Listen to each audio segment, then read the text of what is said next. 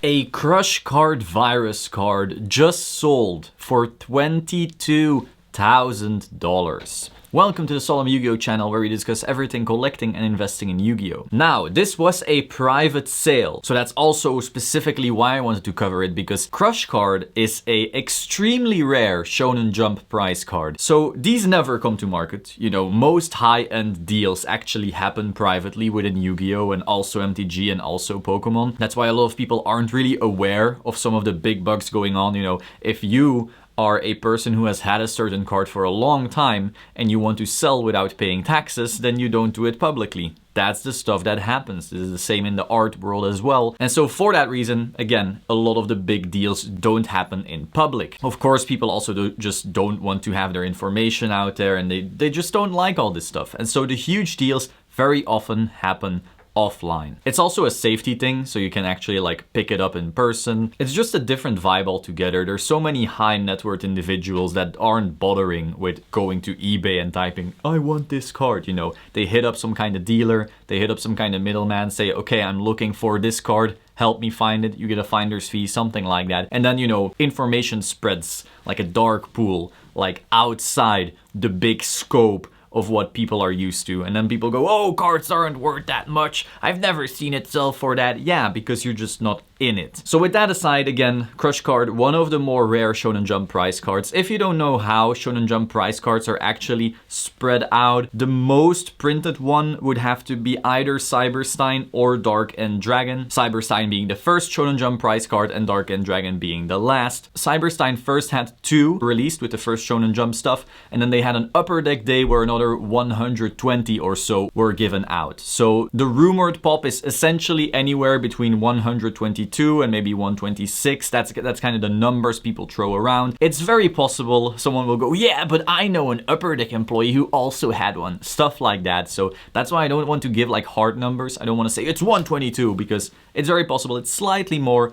But, you know, that is what we're looking at. Around that 120 range, 120, 130. That is about where you would expect Cyberstein's actual pop to be. Now for Dark End Dragon, this was again just given in Shonen Jump stuff, but after that it was apparently also given out at like Dragon Duel stuff or something like that. For some reason, Dark End Dragon had more copies going around. This is also very evident in its price point and in the amount that are for sale usually. So if you were to plot this out, you know, your graph would be like this. You would have your Stein, and then you would have the rest, and then you would have your Dark End Dragon. Now, of course, despite these two, the first and the last, being the least rare, they're still prize cards. They are still far more rare than any one set card you can name. You know, when a regular booster box comes off the print, people know, okay, there's probably a couple thousand of every card at least. At least. And then sure, natural attrition happens, the cards get lost, burned, stolen, ripped in half,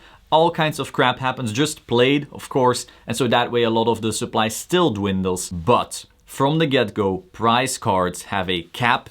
That's it. Maybe an employee once snuck one away or anything weird like that, sure. But in general, you know this supply is capped very, very low. And from that point, they start getting destroyed. Now, when you look at a Crush card, a Gold Sarcophagus, a Doom Caliber Knight, a Des Volskalf, weird ass name, these were not only Shonen Jump prize cards, so their amount is already low, but they were also given out far less than this Cyberstein and the Dark End. Now, there are very differing numbers as to how many of each. The Wikia will say one thing, some people on E4 will say another thing, and so I don't want to give you like an exact number. I don't want to say there's 56 Crush cards or there's 32 Crush cards, because we really can't know for sure. This is what, 15 years ago? Maybe slightly, actually, maybe it's 13 years ago. Anyway, many, many years ago. And so information just, you know, dwindles. However, from a estimate perspective, depending on the events that were given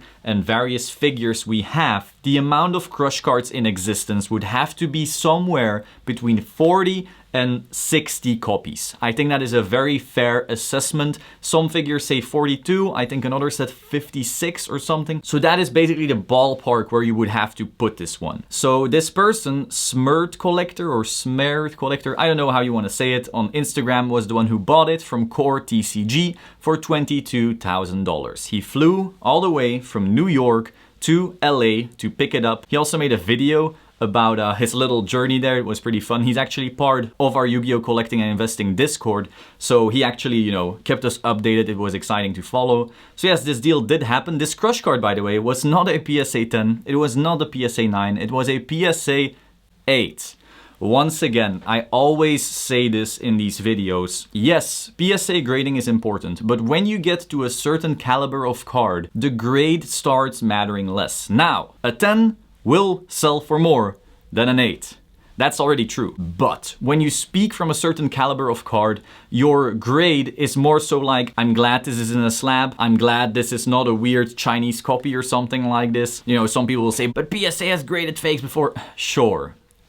In general though, you like that little bit of insurance, and so certain price cards, even when their grade isn't perfect, an 8 or a 5, something like that, it will still sell for a very high price. These are cards that are just so low pop, so rare, they will fetch those premiums regardless.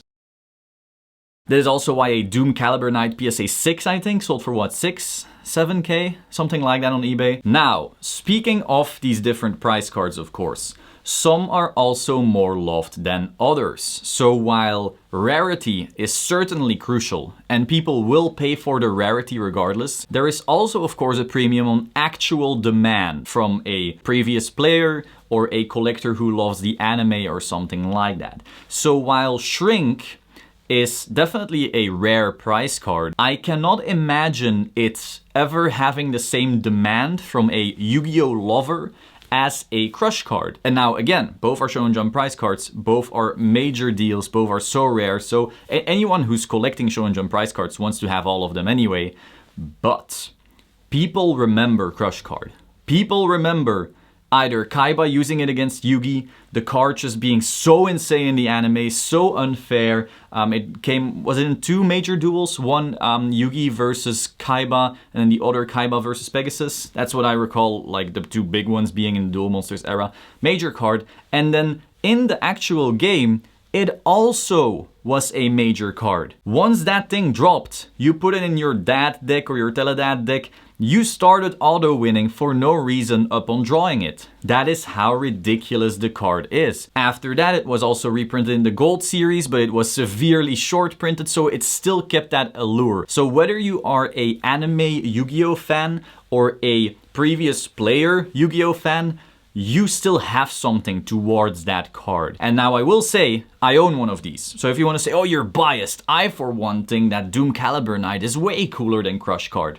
Okay, enjoy, but I personally don't see it. Now again, Doom Caliber, cool card. It's not for me, but I respect its rarity and its scarcity as a prize card. I'm just trying to explain why someone just paid $22,000 fucking dollars for a Crush card. I don't think you can argue against the sheer iconic value that that card has. When you look at Shonen Jump prize cards, you know, Stein was the first. Stein was utterly broken. It is a really cool monster. You know, it has that going for it. It is less scarce than the ones after it, surely, but so far, people love it enough to pay the premium. And again, despite being less rare than the other Shonen Jump prize cards, it's still far more rare than all of the set cards people love as well. You're just talking different tiers of rarity, really. But so that's a card people love. Gold Sark is a card people really love.